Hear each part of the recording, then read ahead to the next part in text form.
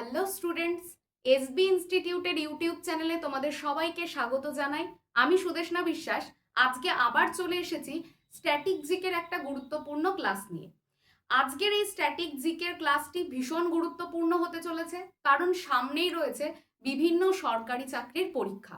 এই প্রশ্নগুলো প্রত্যেকটাই কিন্তু প্রত্যেকটা পরীক্ষার জন্য ভীষণভাবে গুরুত্বপূর্ণ। তাই স্কিপ না করে প্রত্যেকে কিন্তু শেষ পর্যন্ত ভিডিওটি দেখো। এখানে প্রশ্নের উত্তরের সাথে সাথে কিন্তু প্রত্যেকটা অপশান বা প্রত্যেকটা প্রশ্ন থেকে কিন্তু যথেষ্ট তথ্য দেওয়া হবে, যেগুলো তোমাদেরকে কিন্তু আরো এক্সট্রা ইনফরমেশন দিতে সাহায্য করবে। তাহলে সময় নষ্ট না করে চলো দেখে নিই আজকের ক্লাসের প্রথম প্রশ্ন কি রয়েছে। সবার ফার্স্ট প্রশ্ন দেখো, ভারতের জাতীয় পতাকার দৈর্ঘ্য ও প্রস্থের অনুপাত কত? অপশন এ তে আছে 3:3, বি তে আছে 3:2, সি তে আছে 3:4 আর ডি তে আছে 3:5। এখানে সঠিক উত্তর হয়ে যাবে অপশন বি, অর্থাৎ এখানে সঠিক উত্তর হয়ে যাবে অপশন বি, অর্থাৎ 3:2। এটাই হচ্ছে ভারতের জাতীয় পতাকার দৈর্ঘ্য ও প্রস্থের অনুপাত। ঠিক এই জায়গাটা খেয়াল করবে, দৈর্ঘ্য আর প্রস্থ। অনেক সময় পরীক্ষাতে কিন্তু এটা একটু চেঞ্জ করে দেয়, প্রস্থ আর দৈর্ঘ্য দেয়, তখন কিন্তু এটাও চেঞ্জ হয়ে যাবে উত্তরটা। প্রস্থ আগে আর দৈর্ঘ্য যদি পরে চলে যায়, তখন কিন্তু আমাদের হয়ে যাবে 2:3। তাহলে এটা খেয়াল রাখবে, যদি দৈর্ঘ্য প্রস্থ দেয় তাহলে 3:2, আর যদি প্রস্থ এবং দৈর্ঘ্যের অনুপাত বলে তখন কিন্তু প্রস্থ যদি আগে বলা হয় তখন কিন্তু 2:3 হয়ে যাবে জাতীয় পতাকার ভারতের দৈর্ঘ্যের অনুপাত। তারপরের কোশ্চেন দেখো, ভারতের জাতীয় পতাকার নকশা কে করেছেন? অপশন এ তে রয়েছে রবীন্দ্রনাথ ঠাকুর, অপশন বি তে রয়েছে বঙ্কিমচন্দ্র চট্টোপাধ্যায়, অপশন সি তে রয়েছে পিঙ্গালি ভেঙ্কাইয়া, অপশন ডি তে রয়েছে ভিকাজি রুস্তম কামা। সকলেই উত্তর দিতে পারবে পিঙ্গালি ভেঙ্কাইয়া, ইনি কিন্তু ভারতের জাতীয় পতাকা নকশা করেন। এবং আমরা এই প্রসঙ্গে আরো দুটো তথ্য জেনে নেব, সেটা কি? একটা হচ্ছে 1907 সালে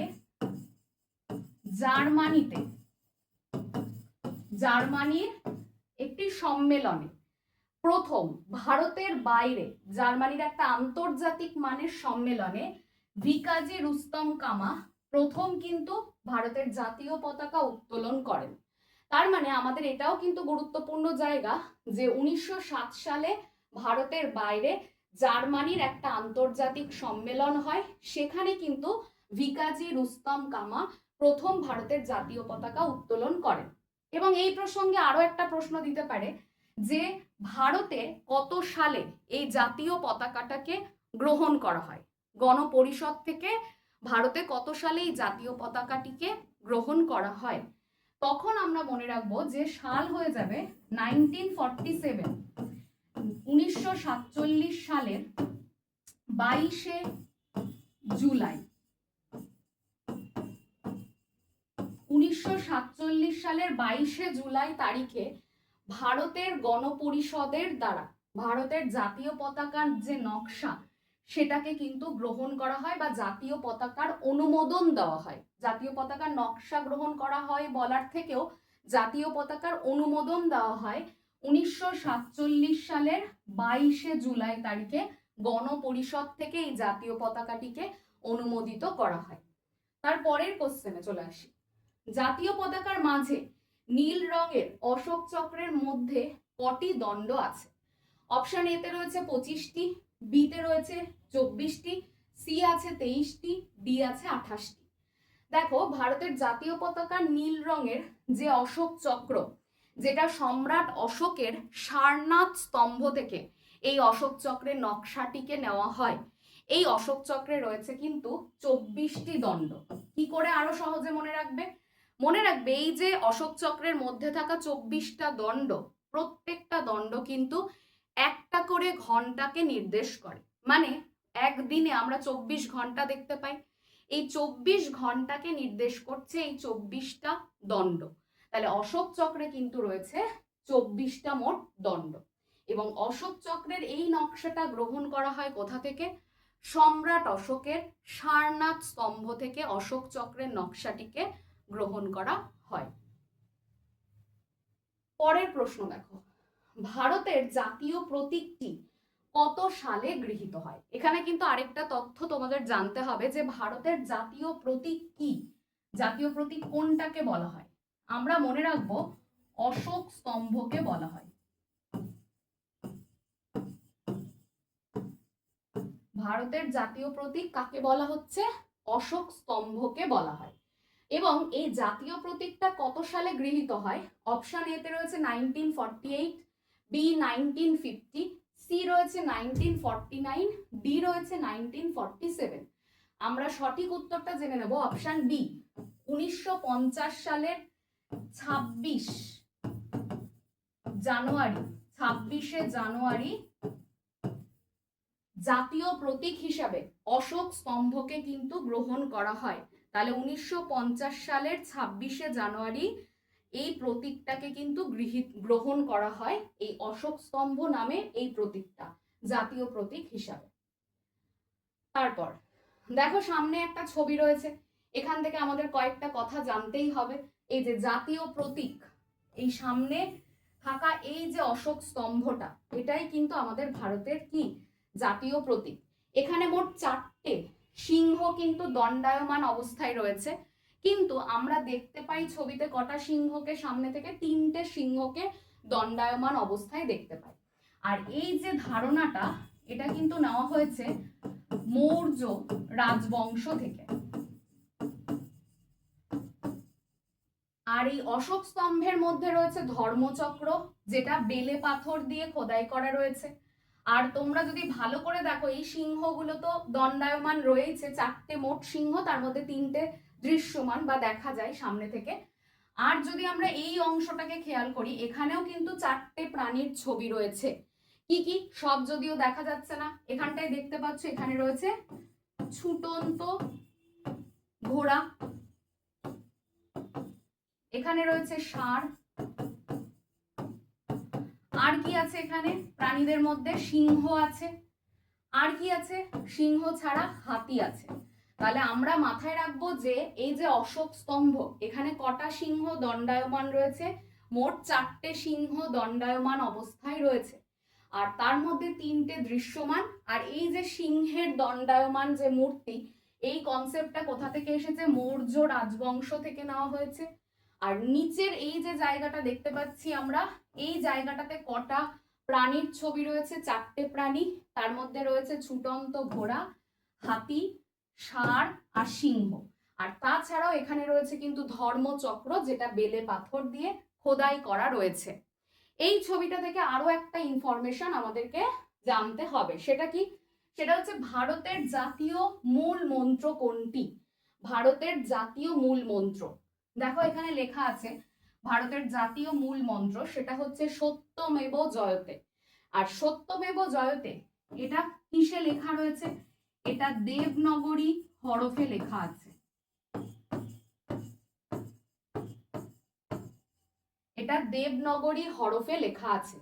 এই দেবনাগরী হরফে লেখা সত্যমেব জয়তে, এই কথাটা কোথা থেকে নেওয়া হয়েছে যদি প্রশ্ন আসে, তাহলে আমরা মনে রাখবো মুন্ডক উপনিষদ থেকে এই কথাটি নেওয়া হয়েছে। এই সত্যমেব জয়তে, একমাত্র সত্যই জয়লাভ করে, এই কথাটার অর্থ সত্যমেব জয়তে কথার অর্থ হচ্ছে একমাত্র সত্যই জয়লাভ করে। এই সত্যমেব জয়তে কোন হরফে লেখা? দেবনাগরী হরফে। আর এই শব্দটা কোথা থেকে পাওয়া গেছে? মুন্ডক উপনিষদ থেকে পাওয়া গেছে।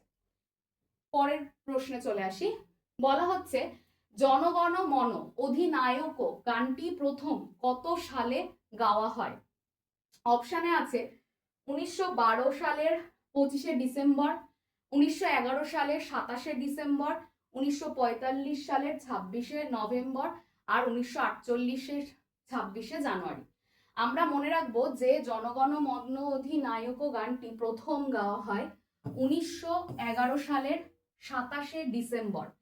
জাতীয় কংগ্রেসের কলকাতা অধিবেশনে কিন্তু প্রথম এই গানটি গাওয়া হয়। তাহলে 1911 সালের 27শে ডিসেম্বর এটা ছিল কলকাতা অধিবেশন কার? জাতীয় কংগ্রেসের, এবং এটা ছিল 27তম অধিবেশন জাতীয় কংগ্রেসের। তাহলে আমরা মনে রাখবো 1911 সালের 27শে ডিসেম্বর এই দিনটি কিন্তু জনগণ মন অধি গানটি গাওয়া হয় এবং এটা ছিল জাতীয় কংগ্রেসের 27তম অধিবেশন। আর এই অধিবেশনটি অনুষ্ঠিত হয় কিন্তু কলকাতাতে। পরের কোশ্চেন দেখো, বন্দে মাতারাম গানটি কে রচনা করেন? অর্থাৎ আমাদের ভারতের যেটি ন্যাশনাল সং বন্দে মাতারাম, এই গানটি কে রচনা করেন? Option A Rabindranath Thakur, option B Bankimchandra Chattopadhyay, C Saratchandra Chattopadhyay, D Debendranath Thakur. তাহলে এখান থেকে সঠিক উত্তর তোমরা প্রত্যেকেই পারবে। বন্দে মাতারাম গানটি রচনা করেছিলেন বঙ্কিমচন্দ্র চট্টোপাধ্যায়। এক্ষেত্রে কয়েকটা সাল কিন্তু পড়তে হবে। 1875 সালে রচনা হয় গানটি। বিপ্লবী আন্দোলন, ভারতের বিপ্লবী আন্দোলনে কিন্তু সব থেকে গুরুত্বপূর্ণ একটা বৈপ্লবিক গান বলতে পারো, সেটা হচ্ছে বন্দে মাতারাম। বিপ্লবীদের উদ্বুদ্ধ করার জন্য এই বন্দে মাতারাম গানটি কিন্তু ভীষণভাবে কাজে লেগেছিল। সেই জন্য এই গানটির গুরুত্ব কিন্তু অপরিসীম ভারতের বিপ্লবী আন্দোলনে। আর 1875 সালে বঙ্কিমচন্দ্র চট্টোপাধ্যায় এটি রচনা করেছেন। তারপর আমরা দেখতে পাই 1882 সাল, 1882 সালের সন্ন্যাসী বিদ্রোহ এবং ভারতের যে বৈপ্লবিক আন্দোলন চলছে, তখন কিন্তু এই গানটাকে কিন্তু ভীষণভাবে গুরুত্ব দেওয়া হয় এবং আনন্দমঠ নামক উপন্যাস থেকে কিন্তু এই গানটিকে গ্রহণ করা হয়। তারপর চলে এসো 1896 সাল, জাতীয় কংগ্রেসের অধিবেশনে, প্রথম রাজনৈতিক প্রেক্ষাপট সাল কত? 1896 সাল।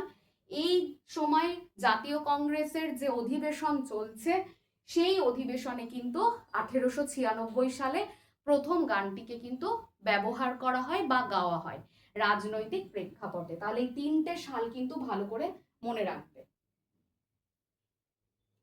বন্দে মাতারাম গানটি ইংরেজিতে অনুবাদ করেন কে? অপশন এতে আছে অরবিন্দ ঘোষ, বি স্বামী বিবেকানন্দ, সি রবীন্দ্রনাথ ঠাকুর, ডি কোনোটিই নয়। এখানে সঠিক উত্তর হবে অপশন এ, অরবিন্দ ঘোষ প্রথম কিন্তু বন্দে মাতারাম গানটি ইংরেজিতে অনুবাদ করেন। জনগণ মন অধিনায়ক গানটি প্রথম কোন পত্রিকায়, যেটা ভারতের ন্যাশনাল অ্যানথেম, জনগণ মন অধিনায়ক গানটি প্রথম কোন পত্রিকায় প্রকাশিত হয়? অপশন এতে আছে নীল দর্পণ, বি বামাবোধিনী, সি তত্ত্ববোধিনী, আর ডি হচ্ছে সমাচার দর্পণ। তাহলে আমরা এখান থেকে মনে রাখবো অপশন সি হয়ে যাবে সঠিক উত্তর। তত্ত্ববোধিনী পত্রিকায় প্রথম কিন্তু জনগণ মন অধিনায়ক গানটি প্রকাশিত হয় এবং গানটিকে বাংলায় যখন রচনা করা হয় তার নাম ছিল ভারত ভাগ্য বিধাতা।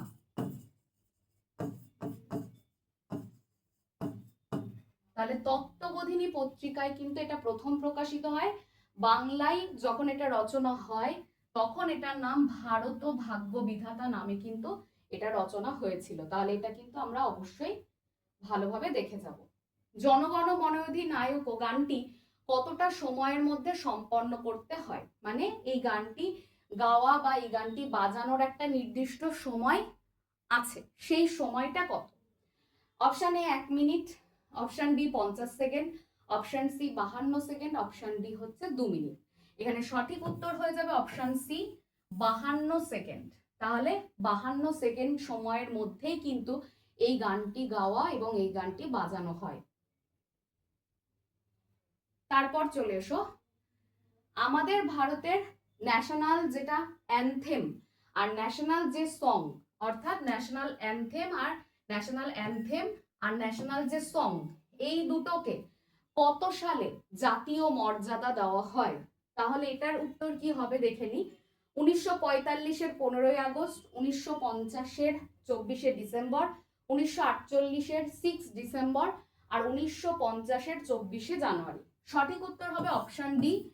তোমরা মনে রাখবে ন্যাশনাল সং অর্থাৎ বন্দে মাতারাম এবং ন্যাশনাল অ্যানথেম জনগণ মন অধি, দুটো গানকেই কিন্তু জাতীয় মর্যাদা দেওয়া হয় 1950 সালের 24শে জানুয়ারি তারিখে। তাহলে এই দুটোই কিন্তু ভালোভাবে মনে রাখবে। এবং অনেক সময় কোশ্চেন দেয় বন্দে মাতারাম এটি কোন উপন্যাস থেকে নেওয়া হয়েছে এবং কার উপন্যাস।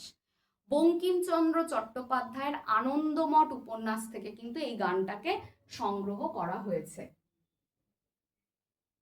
দেখো, আজকের যে স্ট্যাটিক জিকের ক্লাস সেটা এই পর্যন্তই। তোমরা এসবি ইনস্টিটিউটের চ্যানেলটিকে সাবস্ক্রাইব করে রেখো এবং ফলো করতে থাকো। দেখো, প্রত্যেকটা সরকারি চাকরির জন্য যে যে বিষয় খুব গুরুত্বপূর্ণ প্রত্যেকটা ক্লাসই কিন্তু এসবি ইনস্টিটিউটে আসছে এবং তোমরা কিন্তু ধৈর্য ধরে সেই ক্লাসগুলো করো।